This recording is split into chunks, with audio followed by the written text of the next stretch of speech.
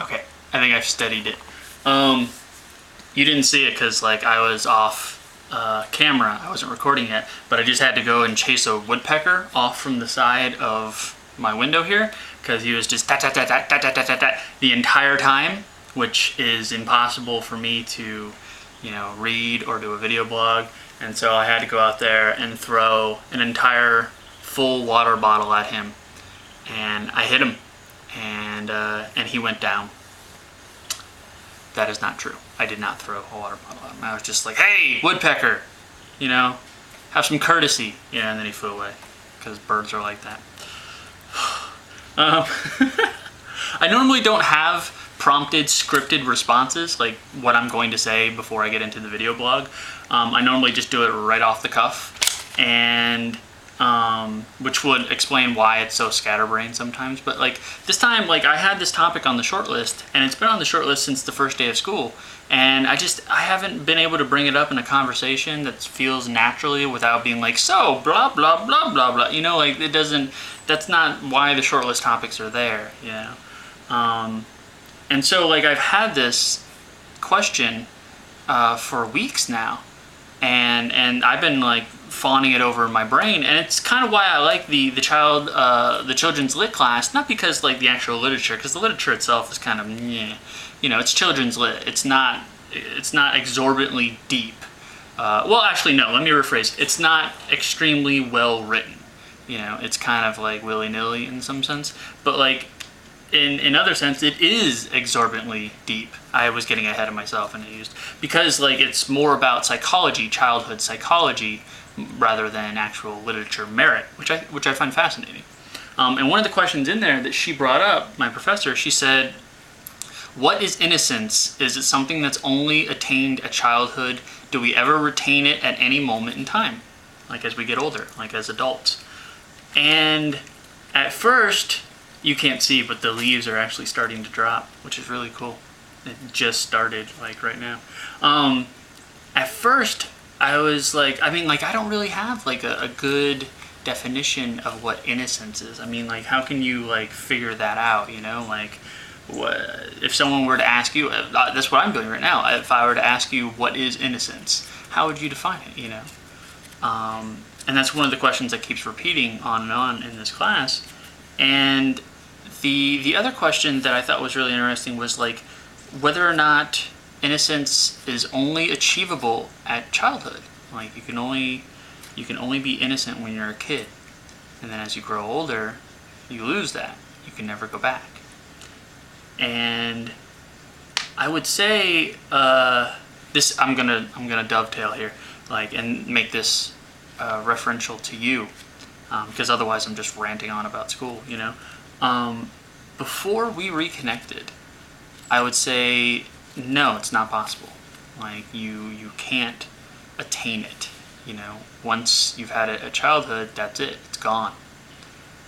But now, like I've gone through this weird phase in the last couple of months where everything that I once knew has like completely changed and has been put like ass over kettle.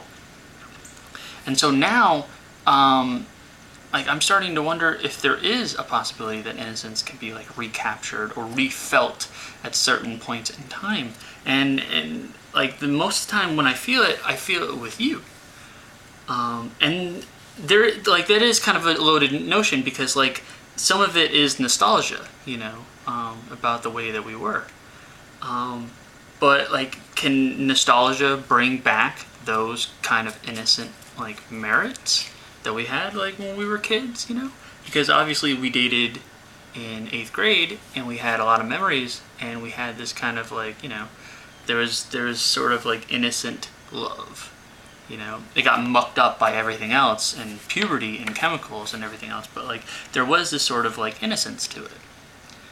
And so now like there are certain periods in time, and I talk about it in the letter too, by the way, and that's the thing that I think I've been trying to capture. Like I've said over and over again that like there are moments that cannot be articulated and yet I try to. I'm pretty sure that is like a vein to it, because there are moments that I have with you where I for instance, like at the zoo, I said like, oh, this completely feels like 8th grade. You know, it's so surreal. Because I was like, I feel like I'm in 8th grade right now.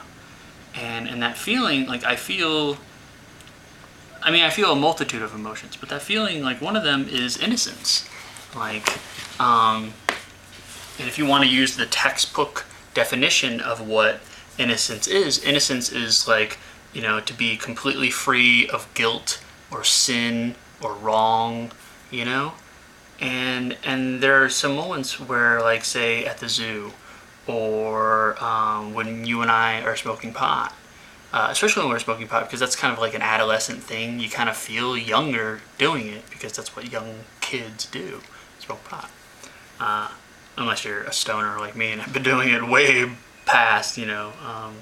But I guess there can also be like a theory to be made that like stoners who smoke pot want to relive their childhood days. Anyways, like the zoo, when we were hanging out and smoking, the other night actually, where like I was going into these kind of like, I was listing off these irrationalities, and you came back with like the best reassurance, like to date.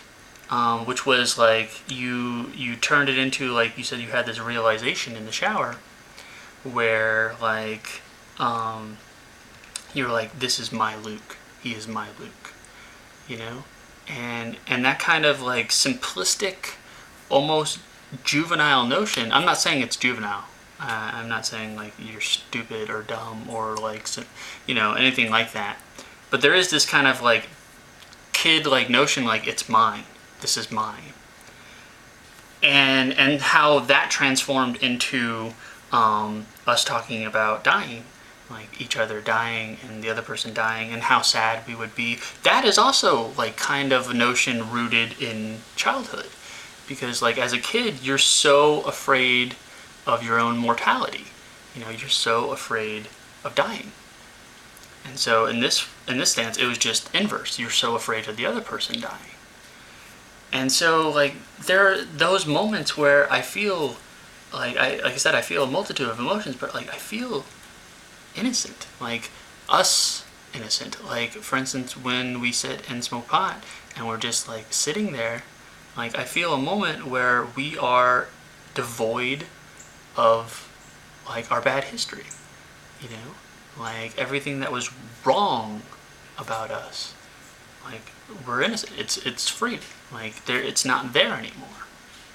And so I don't know. But 6 months ago, I would have said no. Like, you get past a certain age, you get past childhood, and you can never relive it.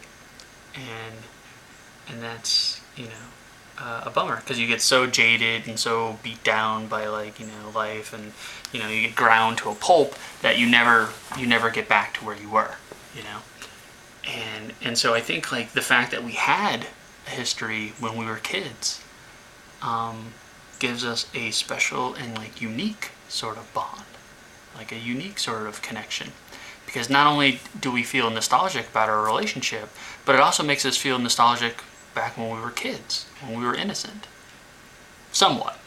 I was kind of a perv, but, you know, and even in that, there's a certain sort of innocence, because that's the way I was hardwired, you know.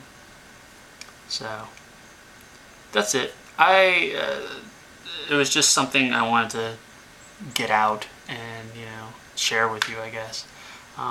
But you'll see that in the letter, I'm sure. Like, I've been trying to articulate it. I've been trying to piece it together. And I think under those terms, like, the definition of innocence, like, that context helps at least articulate it. So, I don't know. We'll see what you think, if anything.